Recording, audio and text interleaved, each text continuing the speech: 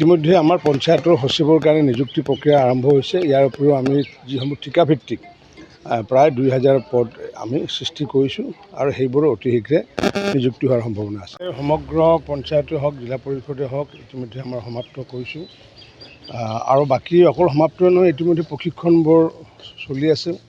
জিলা পৰিষদৰ সভাপতিসকলৰ প্ৰশিক্ষণ চলি আছে, প্ৰতিটো পঞ্চায়তৰ সভাপতিসকলৰ প্ৰশিক্ষণ চলি আছে আৰু এই প্ৰশিক্ষণ কাৰ্য আমি গুৱাহাটীত দুটা ঠাইত বিশেষকৈ কাহিকুছিত কৰিছোঁ আৰু লগতে আমাৰ খানাপাৰাত কৰিছোঁ আৰু বাকী পঞ্চায়তৰ সদস্যসকলৰ যিবোৰ ট্ৰেইনিং সেইবোৰ আমি ব্লক ভিত্তিত বা যিবোৰ জিলা ভিত্তিক প্ৰশিক্ষণ কেন্দ্ৰ আছে তাত ইতিমধ্যে প্ৰশিক্ষণবোৰ চলি আছে।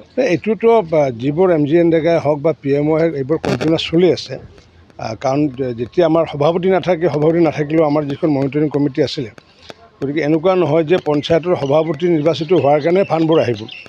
কণ্টিনিউৱাছ ফ্ল' ভাৰত চৰকাৰৰ পৰা আহি আছে আৰু যেতিয়া সভাপতি দায়িত্ব লৈছে এতিয়া সভাপতিয়ে গাঁও সভা পাতি পেলাই কামবোৰ কৰিব। চাওক, যেতিয়ালৈ অসমৰ মানুহৰ হৃদয়ত ভাৰতীয় স্বাভিমান আৰু অসমীয়া স্বাভিমান থাকিব তেতিয়ালৈ মাদানীৰ কথাত কোনো ধৰণৰ কাম নহ'ব, কাৰণ মাদানী হৈছে কংগ্ৰেছৰ এটা বিকল্প ৰূপ। মাদানী কেতিয়াও জনতা দলক সহায় কৰা নাই, মাদানী কেতিয়াও কমিউনিষ্টক সহায় কৰা নাই বা মাদানী অন্য দলক সহায় কৰা নাই। মাদানী হৈছে এটা কংগ্ৰেছৰ অন্য এটা বিকল্প ৰূপ। গতিকে মাদানী মানে কংগ্ৰেছ মানে মাদানী। গতিকে তেওঁলোকৰ যি ধমকিত, সেই ধমকিত অসমবাসী ৰাইজে কোনো কাৰণত এইটো চিন্তা নকৰে। ইতিমধ্যে আমাৰ পঞ্চায়তৰ সচিবৰ কাৰণে নিযুক্তি প্ৰক্ৰিয়া আৰম্ভ হৈছে। ইয়াৰ উপৰিও আমি যিসমূহ ঠিকাভিত্তিক প্ৰায় 2000 পদ আমি সৃষ্টি কৰিছোঁ আৰু সেইবোৰো অতি শীঘ্ৰে নিযুক্তি হোৱাৰ সম্ভাৱনা আছে। সমগ্ৰ পঞ্চায়তে হওক, জিলা পৰিষদে হওক, ইতিমধ্যে আমাৰ সমাপ্ত কৰিছোঁ আৰু বাকী অকল সমাপ্ত নহয়, ইতিমধ্যে প্ৰশিক্ষণবোৰ চলি আছে।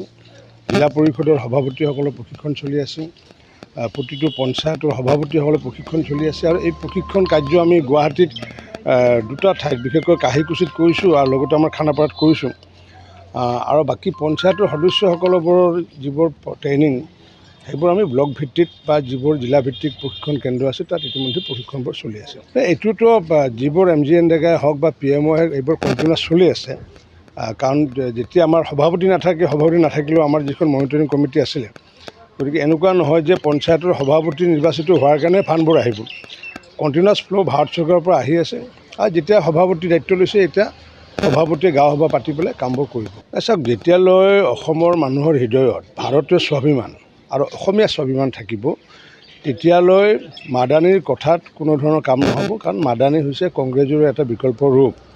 মাদানী কেতিয়াও জনতা দলক সহায় কৰা নাই, মাদানী কেতিয়াও কমিউনিষ্টক সহায় কৰা নাই বা মাদানী অন্য দলক সহায় কৰা নাই। মাদানী হৈছে এটা কংগ্ৰেছৰ অন্য এটা বিকল্প ৰূপ। গতিকে মাদানী মানে কংগ্ৰেছ মানে মাদানী। গতিকে তেওঁলোকৰ যি ধমকিত, সেই ধমকিত অসমবাসী ৰাইজে কোনো কাৰণত এইটো চিন্তা নকৰে।